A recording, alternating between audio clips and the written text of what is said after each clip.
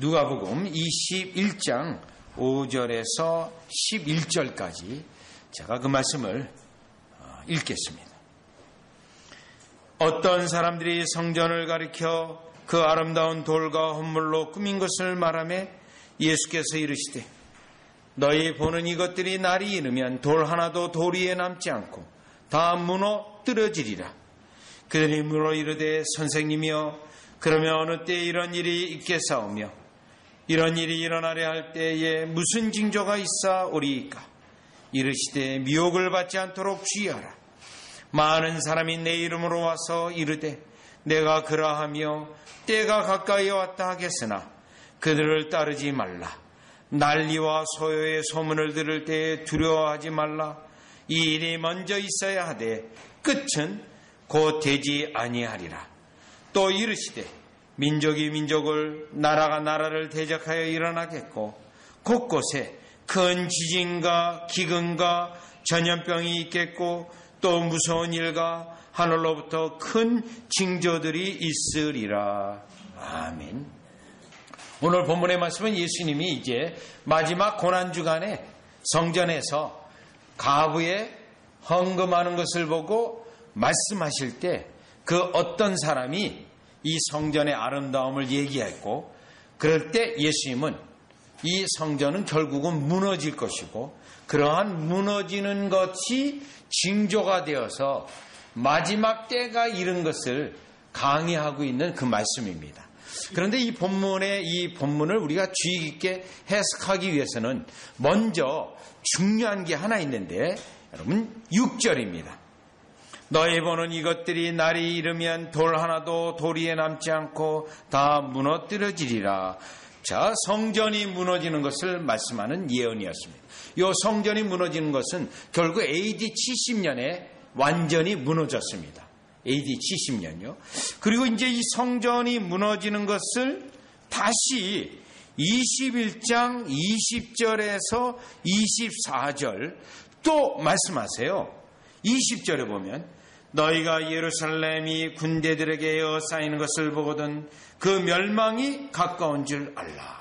이 멸망입니다. 결국 AD 70년에 로마에 의해서 완전히 무너져요. 그 다음에 21장 25절에서 27절을 보면 이 예언은 예수님의 재림에 대한 예언입니다. 재림 25절 보시죠.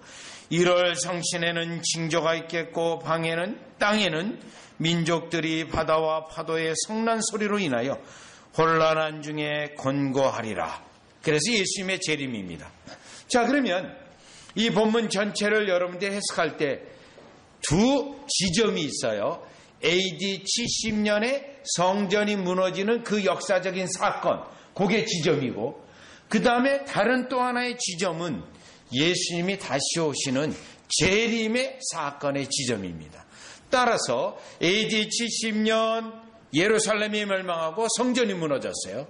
여기로부터 예수님이 다시 오시는 이 재림까지의 이 지점이 오늘 이 본문 전체를 해석할 때 중요한 지점이에요. 그렇다면 여기서 말세, 징조 이런 것들을 말할 때 요 AD 70년에서 예수님이 재림하시는 이 시점까지의 어떠한 일들이 일어나는가를 전체를 말하고 그 일들이 일어날 때 하나님은 전능자요 주권자요 구원자로서 사건들이 징조들이 일어나지만 그 속에 어떻게 역사를 운영해 가시면서 예수님의 재림 때까지 이 역사를 이끄시는 주님이신 것을 여러분들이 보아야 합니다. 그리고 또 하나 우리가 주의해야 될 것은 7절이에요. 21장 7절에 보면 그들이 물어 이르되 선생님이여 그러면 어느 때 이런 일이 일어나겠사오며 이런 일이 일어나려 할 때에 무슨 징조가 있사오리까? 라고 두 가지를 물었습니다. 어느 때의 시간을 물어봤고요. 두 번째가 어떤 징조가 있겠습니까? 요 두 개의 질문을 했는데 어느 때에 대해서는 시간에 대해서는 대답하지 않았습니다. 말씀하지 않으셨어요. 다만 징조에 대해서만 말씀하셨습니다. 여기서 우리가 중요하게 깨닫는 것이 있습니다. 역사 속에 보면 예수님이 언제 온다 시간을 말하기도 하고 많은 사람들이 때에 대하여 예언도 했습니다. 다 거짓 선지자입니다.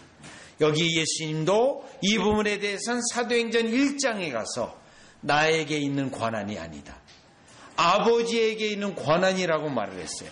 그러면서 예수님의 이 말씀은 세 가지 징조를, 무슨 징조가 있겠습니까 할 때 세 가지 징조가 있겠다고 말하면서 그 세 가지 징조가 말세의 징조인데, 그 말세는 AD 70년에서 최소한 예수님이 부활하여 승천하시고 하늘보좌 우편에서 다시 오실 때까지 일어나는 징조를 말씀하시면서 이 징조 속에 기억해야 될 게 있습니다. 예수님이 심판하시기 위하여 다시 오신다는 걸 기억하게 하고, 또 우리가 이 땅에 살아갈 때 하나님의 심판의 징조들이 일어나고, 그 징조 속에 우리가 어떻게 예수님을 신뢰하고 믿고 의지하고 있는지의 원리에 대하여 말씀하고 있습니다. 자, 그러면 이 본문에서 세 가지 징조가 있는데, 이 세 가지 징조 속에 하나님은 어떻게 행하시고, 그러면 우리는 어떻게 믿음을 가지고 있어야 되는지를 살펴보도록 하겠습니다. 자, 그러면 8절입니다. 첫 번째 징조는 거짓 교사, 거짓 선지자입니다. 8절이에요. 이르시되 미혹을 받지 않도록 주의하라. 많은 사람이 내 이름으로 와서 이르되 내가 그러하며 때가 가까이 왔다 하겠으나 그를 따르지 말라. 거짓 선지자의 징조입니다. 거짓 선지자가 많이 일어날 것이라는 겁니다. 심지어는 자기가 예수라고 하는 자도 일어날 것을 말씀하고 있습니다. 여러분, 역사 속에 자기가 직접 예수라고 말하는 그러한 자들이 있고, 또 우리 한국교회 최근에 문제가 된 것도 자기가 바로 예수라고 하는 그러한 이단들이 일어난 것을 볼 수가 있습니다. 자, 이런 현상들이 우리에게 있을 때, 아하, 여전히 지금 말세의 시대라고 우리가 깨닫고 있으면서 이러한 것들을 통해서 예수님이 다시 오시기까지 미혹하는 자들로 계속 일어나서 우리로 하여금 깨어있게 하고 바른 가르침에 있게 하는, 바른 가르침을 확인하고 하는 우리의 응답이 여기에 있음을 깨달을 수가 있습니다. 그러면 예수님의 이 말씀은 과연 2000년이 지난 지금 우리 시대에 해당되는 걸까요? 아닙니다. 예수님이 승천하시고서 또 등극하시고 나서 초대교회가 시작이 되어지고 그때부터 있었던 겁니다. 자, 그렇다면 이 말씀에 대해서 요한일서 2장을 한번 가보시죠. 요한일서 2장. 자, 그러니 이러한 징조를 가지고 지금이 마지막 때라 할 때, 지금이 마지막 때입니다. 이 마지막 때라는 것은 핵심 포인트는 구원의 마지막 때라는 거예요. 구원의 기회가 지금 있다라는 것입니다. 여러분, 어떤 징조를 통해서 지금 우리가 어떻게 해야지? 이 환난과 어려움을 어떻게 극복해야지? 여러분, 그 포인트가 아니고요. 구원의 마지막 때이기 때문에 지금 현재 믿음을 어떻게 가지고 있는가, 이 핵심 포인트예요. 다 같이 가보시면 요한일서 2장을 가보시면 요한일서 2장 18절입니다. 18절이요. 예수님이 거짓 선지자에 대한 예언이 지금 사도 요한에 의해서 다시 요한일서에 기록이 되어 있어요. 18절입니다. 아이들아, 지금은 마지막 때라. 적그리스도가 오리라 하는 말을 너희가 들은 것과 같이. 예수님이 지금 성전에서 이 말씀을 했죠. 지금도 많은 적그리스도가 일어났으니 그러므로 우리가 마지막 때인 줄 아노라. 마지막 때예요. 구원의 마지막 때입니다. 그렇기 때문에 21절로 넘어가세요. 내가 너에게 쓰는 것은 너희가 진리를 알지 못하기 때문이 아니라 알기 때문이요. 또 모든 거짓은 진리에서 나지 않기 때문이라. 지금 왜 사도 요한이 마지막 때라, 적그리스도라, 왜 이 말을 합니까? 이미 성도들은 진리를 알고 있어요. 그 진리를 어떻게 되죠? 끝까지 붙잡고 있으라는 거예요. 거짓 선지자와 거짓 교사들이 계속 일어나서 우리를 흔들고 우리로 하여금 진리에서 떨어져 나가게 하고 유혹하고 미혹하고 있기 때문에 이 말씀을 하는 거예요. 22절 보시죠. 22절. 요한일서 2장 22절. 거짓말하는 자가 누구냐? 예수께서 그리스도이심을 부인하는 자가 아니냐? 아버지와 아들을 부인하는 그가 저 그리스도니 아들을 부인하는 자에게는 또한 아버지가 없으되 아들을 시인하는 자에게는 아버지도 있느니라. 24절 결론이에요.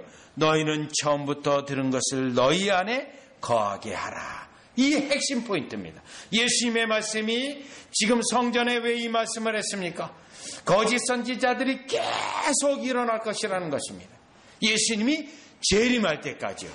그렇기 때문에 그 말씀을 들은 사도들과 제자들은 예수님이 말씀하신 것을 꼭꼭 붙잡고 있어야 되고 그 말씀 가운데 거하고 있어야 된다는 거예요. 그걸 지금 사도 요한이 말하고 있는 것입니다. 그러면 이 거짓 선지자와 거짓 교사를 분별하고 참된 가르침에 계속 있어야 되는데 왜 그러냐 하면요. 에베소서 4장 12절 13절로 가보시면 에베소서 4장 12절 13절이 에베소서 4장 12절로 가보시면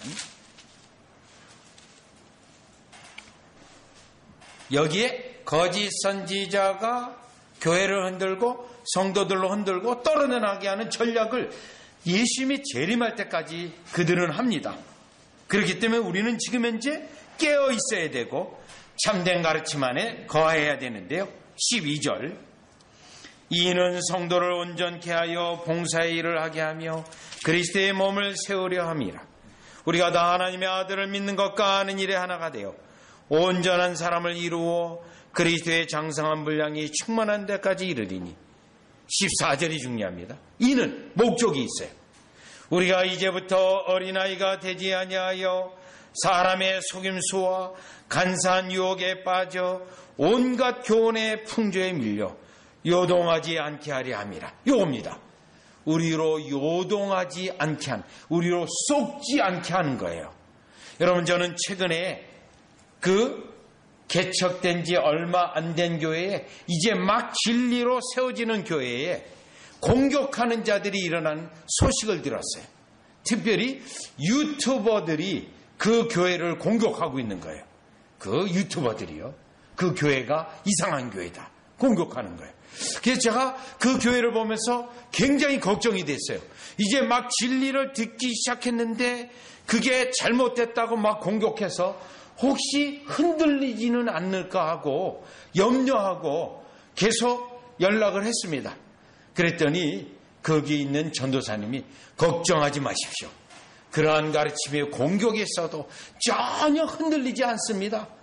이와 같이 흔들리지 아니하고 이 가르침만이 진리의 가르침이고 우리를 무너뜨리게 하여 공격하는 것이라고 서로 나누고 있습니다. 이 소식을 들었습니다. 여러분, 이러한 일은 진리에 막 서고자 하는 자들에게 강하게 일어날 수 있고요. 또 여러분들의 주위에 있는 친척 자매들에게도 일어날 수 있어요. 여러분이 진리에 섰을 때 왜 꼭 그렇게 믿어야만 되느냐고 공격도 있을 수 있습니다. 이때 우리는 예수님의 말씀을 생각해야 됩니다. 거짓 교사들이, 거짓 선생들이 일어나서 우리를 어떻게 하든지 진리에서 끌어내려고 하는 일들이 예수님이 재림 때까지 계속되기 때문에 우리는 거짓 선지자를 분별하고 거짓 교사를 분별하고 우리가 가지고 있는 바른 가르침에 거하는 것이 확실한 은혜라는 것을 기억하시기를 주 예수 그리스도 이름으로 축원합니다. 그러면 여러분, 한편으로 예수님이 거짓 선지자를 분별하라고 했지만 여러분이 이렇게 생각할 수 있습니다. 왜 예수님은 아예 처음에 초림하셨을 때 마귀를 없애버리고 거짓 선지자도 아예 다 없애버리지 않고 그럼 왜 또 거짓 선지자가 있는 것은 허락하실까? 그러한 생각을 가질 수 있습니다. 지금 하나님의 주권적인 은혜인데 하나님의 주권적 은혜는 항상 뒤집어 엎는 주권적 역사가 있습니다. 이게 영어로 단어로 표현한다면 오버룰이라고 하는 단어를 쓰는데요. 이와 같이 마귀의 역사로 거짓 선지자를 일으켜서 교회를 무너뜨리려고 할 때 오히려 주님은 역으로 그걸 무너뜨리기도 하는데요. 그 방식은 데살로니가 후서 2장을 가보시면 여러분이 분명하게 알 수 있습니다. 자, 따라서 예수 그리스도 재림하실 때까지 많은 일들이 일어나지만 그 많은 일들 속에 성도들에게 있는 유익이 있고 또 하나님의 주권적 역사가 있는데요. 이 역사예요. 데살로니가 후서 2장 9절로 이하로 보면 거짓된 가르침에 빠져있는 사람들에 대한 언급입니다. 2장 9절에 보면요. 데살로니가 후서 2장 9절이에요. 악한 자의 나타남은 사단의 활동을 따라 모든 능력과 표적과 거짓 기적과 사단이 활동해요. 마귀가 활동하고 있습니다. 어떻게 활동하죠? 10절. 불의의 모든 소금으로 멸망하는 자들에게 있으리니 이는 그들이 진리의 사랑을 받지 아니하여 구원함을 받지 못합니다. 그럼 왜 하나님 우리에게는 거짓 선지자를 주의하라고 했고 경계하라고 했는데 그러면 왜 거짓 선지자가 있나요? 하나님의 목적이 또 있어요. 11절이에요. 이러므로 하나님이 미혹의 역사를 그들에게 보내서 거짓 것을 믿게 하심은 진리를 믿지 않고 불의를 좋아하는 모든 자들로 하여금 심판을 받게 하려 하시며 거짓 선지자로 통하여 또 어떤 오보를 뒤엎어버리는 역사를 이루어요. 진리를 싫어하고 미워하는 자들로 거짓 것을 믿게 해서 멸망하게 하는 도구로 쓰이는 거예요. 따라서 역사 속에 이와 같이 암울한 일들이 있다 할지라도 결국 우리는 믿음으로만 있으면 되고요. 또 하나님은 그러한 자들을 뒤엎어서 멸망받는 자들의 도구로 쓰신다고 하는 역사를 볼 때 우리가 때때로 환란이 일어나고 어려운 일이 일어나고 또 오늘 본문에서 보는 것처럼 재앙이 일어나도 우리 가운데는 그 가운데 은혜가 있다라는 사실을 여러분들이 기억해야 될 줄 믿습니다. 자, 그러면 다시 누가복음 21장으로 오셔서요. 첫 번째 징조가 거짓 교사, 거짓 선지자들이 많이 일어나는 징조예요. 두 번째 징조는 9절, 10절 전쟁입니다. 전쟁. 9절하고 10절 전쟁. 난리와 소요의 소문을 들을 때 두려워하지 말라. 이 일이 먼저 있어야 하되 끝은 곧 되지 아니하리라. 10절이에요. 또 이르시되 민족이 민족을 나라가 나라를 대적하여 일어나겠고. 전쟁입니다. 두 번째 예수님이 말씀하신 징조는 전쟁이에요. 그러면 이 전쟁은 얼만큼 인류 역사 속에 있었을까요? 어떤 역사학자가 지금으로부터 3,500년 전에 거슬러서 전쟁사를 전공하는 분이에요. 전쟁이 과연 몇 번 있었고 전쟁이 없었던 년수가 얼마나 될까? 그런 연구보고서가 하나 있습니다. 그 정확히 얘기한다면 3,500년, 3,421년으로부터 추적을 했어요. 그래서 나온 결과가 268년간 그 268년 정도만 전쟁이 없었고 그 나머지 횟수는 다 전쟁이 있었다라고 기록이 나와 있다라고 연구 보고서가 하나가 나왔습니다. 이것을 볼 때 지금 현재 여러분 우리는 어떻습니까? 전쟁, 우크라이나 전쟁 가운데 있었죠. 그리고요, 여러분이 얼마 전에 중동전 계속 전쟁이 있었고요. 또 2001년에 9.11 사건 거의 전쟁이었죠. 전쟁 속에 있습니다. 또 어저께 신문에 의하면 미군 합참 장군이 한반도는 3일 안에 전쟁 속에 들어가는 그런 분쟁 지역이다. 이렇게 이제 보고서가 또 하나 이야기하더라고요. 사실 멀리 있지 않는 거예요. 여러분이 이 파주를 지나서 통일전망대 거기만 가도 벌써 이북이 보이고 북한이 보이지 않습니까? 여러분요. 바로 언제든지 전쟁할 수 있는 그러한 상황 속에 있다라는 것입니다.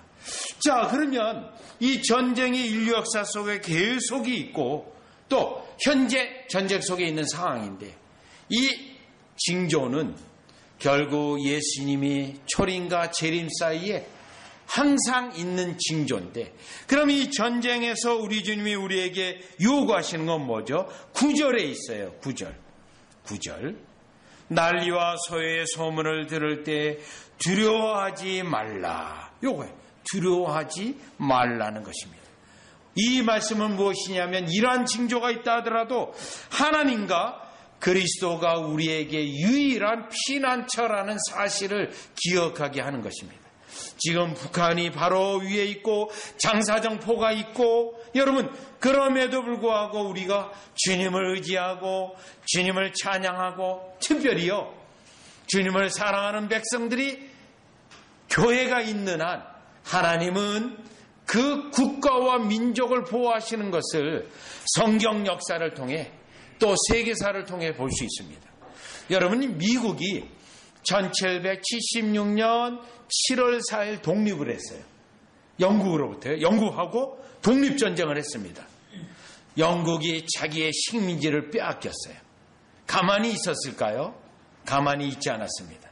어떻게 하든지 그 땅을 되찾으려고 1811년, 여러분 약 50년 만에 재침공합니다. 어마어마한 군대를 끌고 와요. 영국이요. 그래가지고 메릴랜드, 워싱턴 DC, 그 워싱턴의 백악관조차도 지어졌는데 다 불태웠어요. 그때 그 전쟁 속에 이제 미국 국기가 나와요. 그 별들이 있고 연합된 거 국기가 나오는데, 이때 미국의 신앙의 사람들은 자, 그러면 이 국가와 국가가 충돌했을 때 과연 하나님께서 어떻게 하실까? 핵심 포인트는 교회를 본 겁니다. 교회. 과연 영국 교회가 하나님 앞에 바른가?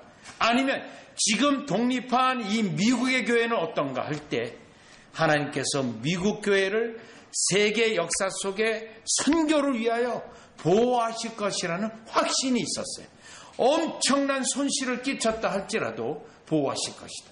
그런데 교회가 그와 같이 기도한 대로 결국은 오늘날에 와보면 그때 믿음으로 바라보았던 그들이 옳았다는 것을 알 수가 있습니다.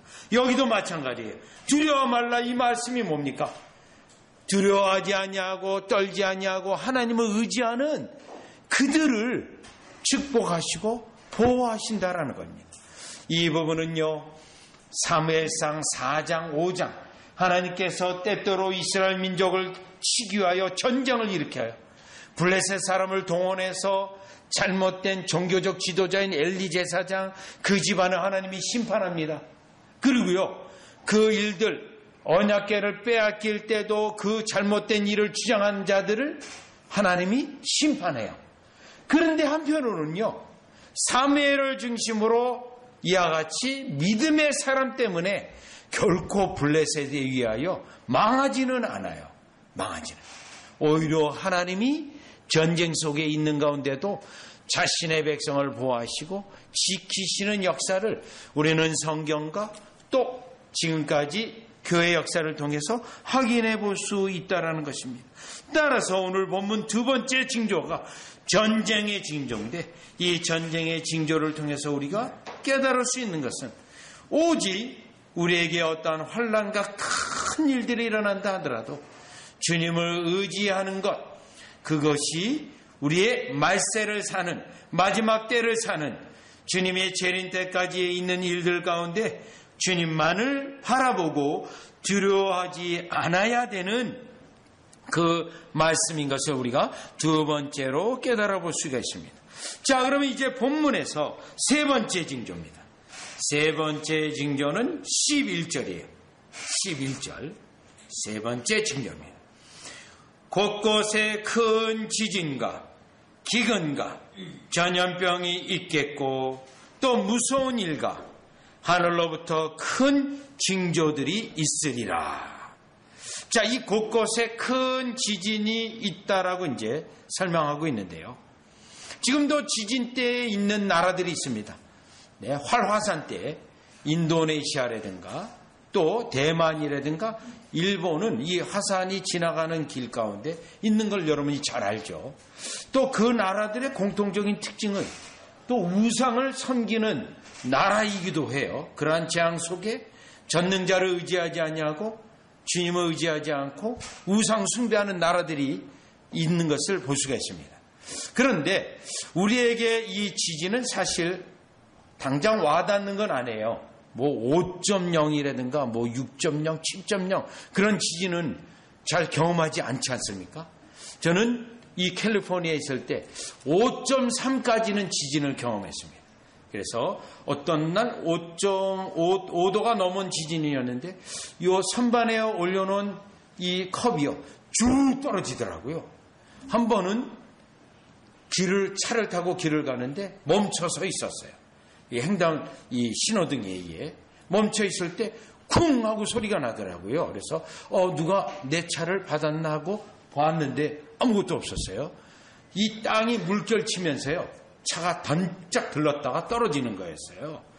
자, 그러면 이런 지진, 뭐 LA 같은 지역은요. 큰 지진이 오면 새벽 기도에 사람들이 많이 모인다고 합니다. 아, 이게 위험하구나. 우리의 이 생명이 언제든지 끊어질 수 있구나. 그런 지진입니다. 그리고요. 11절에 보면 기근이 있어요. 기근. 그 다음에 전염병이 있습니다. 우리가 여러분 코로나라고 하는 전염병도 경험을 했습니다. 그런데 여러분 이와 같은 지진이 있고 기근, 전염병은 예수님의 초림과 재림 사이에 계속되어지는 일들입니다. 계속되어지는. 물론 우리 주님은 이러한 일들로 볼 때 우리에게 깨닫게 하는 게 있어요. 목적은요. 하나님의 심판입니다. 심판이요. 하나님의 심판, 이 땅에 있는 심판도 일시적인 심판이지만 하나님께서 역사 속에 이러한 재앙들을 통하여 심판하신다는 거예요. 심판을. 그래서 예루살렘 성전이 무너지는 것도 하나님의 심판이라는 것입니다. 거짓 종교를 우리 주님이 직접 무너뜨리는 일이 로마의 손에 의해서 무너뜨리라는 거죠. 그렇다면 여러분 이 11절에 이러한 재앙 속에 하나님의 심판 속에 우리는 어떨까요? 하나님의 백성과 성도들은 하나님을 신뢰하고 의지하는 것을 요구하는 겁니다. 하나님을 신뢰하고 의지하고 또 이 가운데 하나님의 백성에게는 유익이 되게 하신다는 겁니다. 유익이요. 그래서 때때로 지진이라든가 전염병 같은 것을 통해서 우리가 겸손히 우리의 자신을 돌아보기도 하고요. 교회의 영적 상태도 돌아보기도 하고요. 회개하기도 하고 때로는 하나님께 은혜를 구하는 일들이 이와 같은 재앙 속에 우리에게 있는 것입니다. 그러면서요. 우리 주님이 우리에게 이러한 재앙들이 있음에도 불구하고 우리 주님은 자신의 교회를 보호하시고 자신의 성도들로 은혜 가운데 있게 하신다라는 사실을 분명히 말씀하고 있습니다. 창세기에 나타난 재앙 가운데 큰 재앙이 무엇이었습니까? 홍수 심판이었어요. 그 가운데 8식구는 건짐을 받았습니다. 또요 불로 심판하는 소돔과 고모라의 심판이 있었습니다. 어떻게 하셨습니까? 거기서 빠져나오도록 우리 주님이 인도해 주지 않았습니까? 그래서 심지어 아브라함으로 하여금 기도까지 하게 하고 하나님이 아브라함에게 알려주시고 아브라함으로 기도하게 하고 결국 그 롯이 빠져나오게 되는 역사까지도 간섭해 주셨습니다. 우리 하나님이 이와 같은 축복은 이사야서 28장 16절에 약속된 거예요. 시온의 기초돌을 믿는 자는 결코 급하게 망하지 않는다라는 사실입니다. 왜요? 자신의 백성과 자신의 교회를 돌보시는 방식 가운데 하나이기 때문입니다. 그렇다면 이 세 번째 재앙을 통하여 우리가 깨달을 수 있는 것은 하나님이 악에 대해서는 심판하시고 자신의 백성에게는 구원의 은혜를 베푸신다는 것인데 우리는 이 원리를 어디서 알 수 있냐면 출애굽기 2장을 한번 가보시죠. 출애굽기 2장. 중요한 원리입니다. 출애굽기 2장, 이와 같은 재앙과 같은 상황 속에서 자신의 백성을 심판하시고, 특별히요, 자신의 백성은 건지시고 교회를 핍박한 자를 하나님은 심판한다는 거예요. 보시면 지금 애굽이 이스라엘을 핍박하고 있습니다. 애굽이요. 출애굽기 2장 23절이에요. 23절에 보시면 출애굽기 2장 23절. 여러 해 후에 애굽 왕은 죽었고 이스라엘 자손은 고된 노동으로 말미암아 탄식하며 부르짖으니 그 고된 노동으로 말미암아 부르짖는 소리가 하나님께 상달된지라. 하나님이 그들의 고통 소리를 들으시고 하나님이 아브라함과 이삭과 야곱에게 세운 그 언약을 기억하사 하나님이 이스라엘 자손을 돌보셨고 하나님이 그들을 기억하셨더라. 그래서 어떻게 했습니까? 애굽을 심판했습니다. 어떻게 해요? 10가지 재앙으로요. 그리고요, 이스라엘 백성은요, 10번째 재앙 속에서 피할 수 있는 방법을 주셔서 그들은 재앙이 뛰어넘어가는 죽음이 6월, 담을 뛰어넘듯이 죽음이 그들에게 임하지 않는 길을 주셨다라는 것입니다. 하나님의 방법이에요. 재앙 가운데 불의한 자, 악한 자, 교회를 핍박한 자들은 심판하시고 자신의 백성을 철저히 보호하시는 하나님의 은혜를 우리는 출애굽기 2장에서 출애굽기 15장까지 해서 확인해 볼 수 있는 것입니다. 따라서 우리는 이 재앙과 같은 날들을 만났을 때 이미 우리가 코로나를 경험하지 않았습니까? 교회가 정화되기도 했어요. 교회가 이와 같이 다시금 주님의 은혜를 바라보게 되어지고 돌보기도 했습니다. 왜요? 목회자들이 그동안은 숫자 중심으로 교회를 세우려고 했지만 그게 아니고 진정한 백성으로 채워지는 교회가 교회라는 사실을 그와 같은 코로나를 통해 깨닫게 됩니다. 하나님이 교회를 정화하는 방법이에요. 하나님의 백성에게 유익이 되게 하는 것입니다. 따라서 오늘 예수님이 말씀하신 말세의 3가지 징조입니다. 거짓 선지자, 전쟁, 그리고 재앙과 같은 일들이 성도들에게도 임한다 할지라도 그 재앙에서 특별히 구별하시고 특별히 은혜를 베푸는 기회가 된다는 사실을 깨닫고 우리의 신앙을 끝까지 지키는 것이 재림 때까지 지키는 것의 중요성을 다시 깨닫게 됩니다. 따라서 저와 여러분은 이 3가지 징조를 통하여 우리가 하나님의 심판 속에 살아도 자신의 백성은 특별히 구하서 구별하신다는 사실을 기억하고 주님만 의지하는 저와 여러분이 되어지시기를 주 예수 그리스도 이름으로 축원합니다. 기도드리겠습니다. 하나님 아버지 은혜를 감사를 드립니다.